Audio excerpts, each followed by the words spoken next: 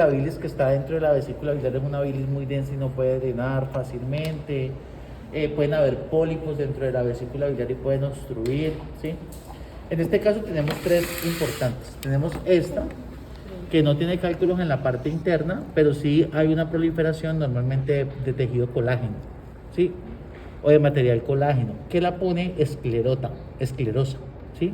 Se llama esclero atrófica, que es esta que ustedes ven aquí. Ustedes la tocan y es como un plástico, ¿sí? Las paredes normalmente son gruesas. A nosotros en patología, cuando vemos una vesícula así de este tipo, esclerotrófica, nosotros por lo general le hacemos muchos cortes y la miramos muy bien en el microscopio, porque existe un signo semiológico que se llama el signo de la vesícula en porcelana. Cuando nosotros tocamos esta vesícula, ¿sí? La vesícula está aquí y nosotros semiológicamente hacemos una exploración del paciente. Cuando tocamos, la sentimos dura y por lo general es no dolorosa. Y una vesícula dura y no dolorosa es sospechosa de un cáncer, ¿sí? Entonces el diagnóstico diferencial de la esclerotrófica es un carcinoma de vesícula biliar, que normalmente es un adenocarcinomas, ¿listo? Esclerotrófica, no tiene cálculos, miren que las paredes son bastante gruesas, ¿listo? Hay que sacarla porque puede ser sintomático, porque ellas también tienen peristaltismo, entonces muchas veces no hay como un metabolismo adecuado de la bilis que hay adentro de ello. Tenemos una que es por acumulación de líquido, normalmente que se puede dilatar también mucho, que se llama hidrocolecisto, ¿sí? El hidrocolecisto básicamente es la acumulación de líquido en la parte interna de la vesícula biliar, ¿sí? Esto normalmente puede ser por procesos obstructivos. Muchas veces el hidrocolecisto está asociado a colelitiasis. Miren que aquí hay cálculos en la parte interna, ¿sí? Entonces esto es un hidrocolecisto con una colelitiasis, ¿listo? Tenemos las colelitiasis normales, que son estas que ven aquí. Normalmente es vesícula biliar con un cálculo en la parte interna. Esto que ustedes ven aquí, este cálculo se puede enclavar en la punta de la cabeza de la vesícula biliar y se va a llamar un síndrome que se llama síndrome de Mirizzi. El síndrome de Mirizzi es muy común en patología de vesícula biliar, que es un cálculo enclavado en la cabeza de la vesícula biliar y los pacientes manifiestan mucha ictericia, ¿sí? Recuerden que todo lo que sea ictérico aquí son las bilirrubinas directas las que están aumentadas. Ya han pasado por el hígado, ya han hecho todo su proceso aquí. ¿Listo? Y recuerden que los cálculos por lo general o son de colesterol o son de bilirrubina. ¿Listo? Se llaman pigmentarios o de colesterol. Los de colesterol son muy frecuentes en pacientes gordas, blancas, americanas, multíparas. Así dice el libro de Robbins. ¿Listo? Así dice el libro de Robbins. Y los cálculos pigmentarios, los que son chiquiticos, que son pigmentados, que son de bilirrubina, se ven mucho en pacientes asiáticos, pacientes latinoamericanos, pacientes que consumen especies, que consumen té verde, que consumen todas esas cosas. Es muy frecuente. ¿Listo?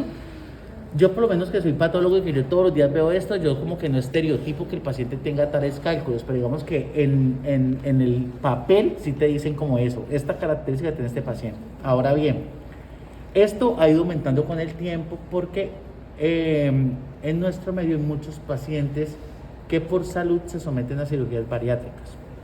Entonces, ¿qué es importante con las cirugías bariátricas? Uno pensar, y ustedes dicen, bueno, un paciente que tiene sobrepeso, ¿para dónde miércoles se va toda esa grasa? No, uno dice, ¿qué? ¿Cómo la elimina? Porque uno dice, por el popó no es, por la orina no es, por el sudor tampoco es.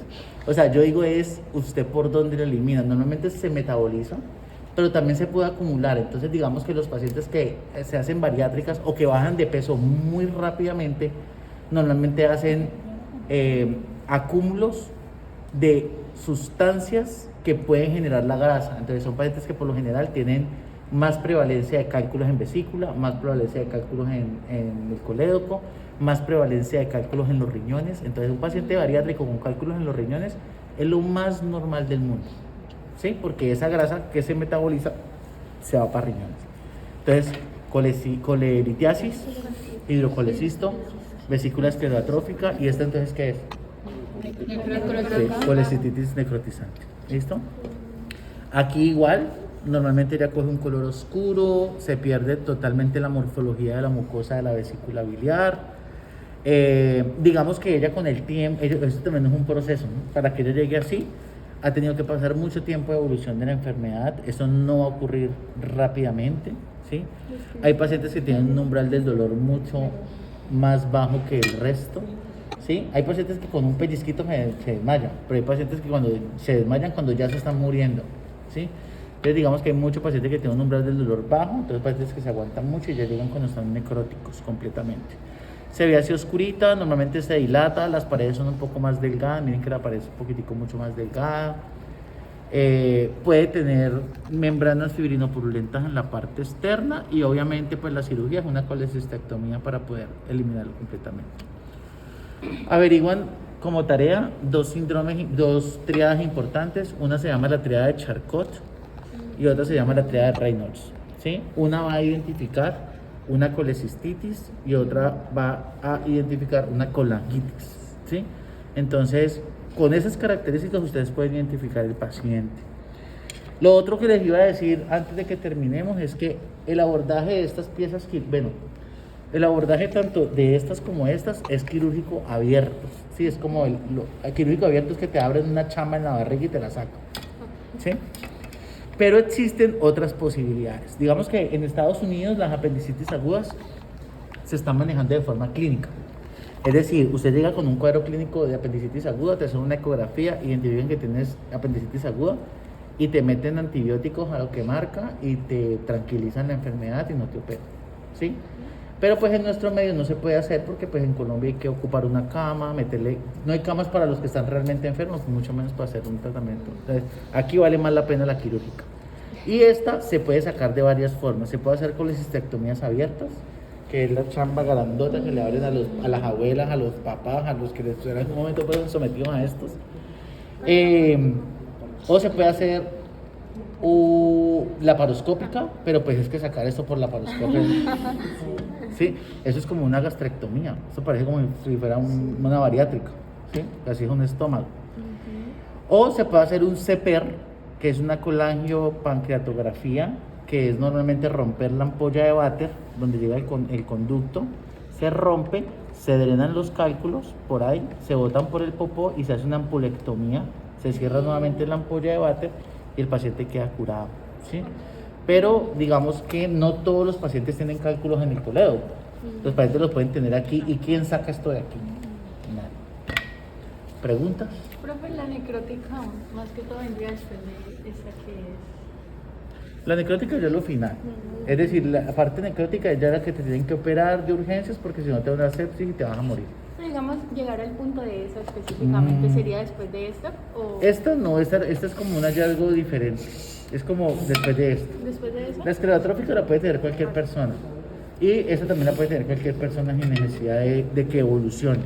Evoluciona de aquí a acá. Okay. Hay una cosa que se llama un piocolecisto, que es como, el piocolecisto es como un, ¿cómo fue que les dije que llamaba eso? Un plastrón apendicular, ¿sí? Parecido. Entonces, es decir, la vesícula biliar se plastrona, ¿sí? Entonces usted la ve aquí como metidita dentro de la cantidad de material exudativo y se queda tranquilita ahí por mucho tiempo, pero finalmente a lo último hay que sacarla. ¿Listo? Pero se llama piocolecisto y es parecido, es como la extrapolada del plastrón apendicular, pero en la vesícula biliar. ¿Listo? No van a poner esos videos en ningún lado que me ven acá. Ya, listo.